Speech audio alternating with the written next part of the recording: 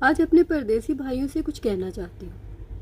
آپ لوگ پردیس میں بہت سی تکلیفیں سہتے ہیں، مشکلات کا سامنا کرتے ہیں، تنگی دیکھتے ہیں، پریشانی دیکھتے ہیں، لیکن اپنی فیملی کا پورا خیال رکھتے ہیں۔ کبھی سڑکوں پر دوپہر کا کھانا کھا رہے ہوتے ہیں، کبھی رات کا کھانا کھائے بنا سو جاتے ہیں، اور کبھی بہت جلدی صبح اٹھ کر کام پہ نکل جاتے ہیں۔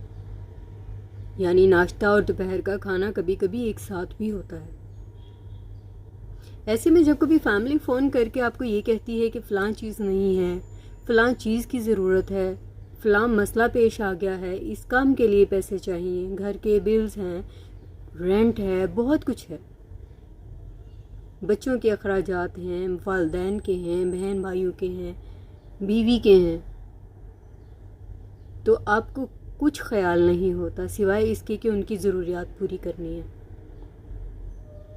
اچھی بات ہے، بہت اچھی بات ہے، لیکن بری بات یہ ہے کہ آپ اس میں اپنا خیال نہیں رکھتے۔ آپ پردیس میں بھی اپنا خیال رکھیے، اپنے لیے بھی کچھ جمع کر کے رکھ لیجئے۔ یقین کیجئے جب آپ جسمانی طور پر فیملی سے دور ہو جاتے ہیں تو آپ ذہنی طور پر بھی دور ہو چکے ہوتے ہیں۔ یہی پردیسی بھائی جب گھر جا کر بیٹھتے ہیں، 15 دن سے 1 مہینہ ہو جائے تو گھر والوں کو پریشانی لاحق ہو جاتی ہے، کہیں یہ کام تو نہیں چھوڑ آئے، اور اگر یہ کام چھوڑ آئے تو ہمارا کیا بنے گا؟ انہیں ایک لمحہ بھی آپ کی پریشانی لاحق نہیں ہوتی، کیونکہ وہ آپ سے ذہنی طور پر کافی دور ہو چکے ہوتے ہیں۔ یہاں پردیس میں بیٹھ کر اگر آپ کبھی گھر میں کال کرتے ہیں تو پھر آپ کو یہ بہت ساری باتیں سننے کے بعد اینڈ پہ ایک جملہ ضرور ملتا ہے، گھر میں کچھ بچا نہیں ہے، پیسے بھیج دیجیے۔ خدا را آپ اپنے لیے بھی کچھ بچا کر رکھیے۔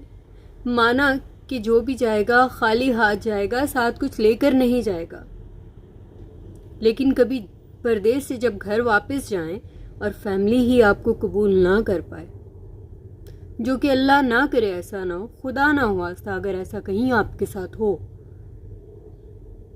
تو آپ کو اپنی باقی زندگی جینے کے لیے کسی کی طرف نہ دیکھنا پڑے، ہاتھ نہ پھیلانا پڑے۔ اس لیے اپنے لیے بھی کچھ بچا کر رکھیے، جمع کر کے رکھیے۔ پردیس میں بھی اچھا کھائیے اور کوشش کیجئے کہ فیملی کے اخراجات لمیٹڈ طریقے سے پورے کریں، نہ کہ زیادہ دے کر انہیں اتنا پرابلم دیں کہ بعد میں وہ آپ کو پرابلم دیں۔ خوش رہیے۔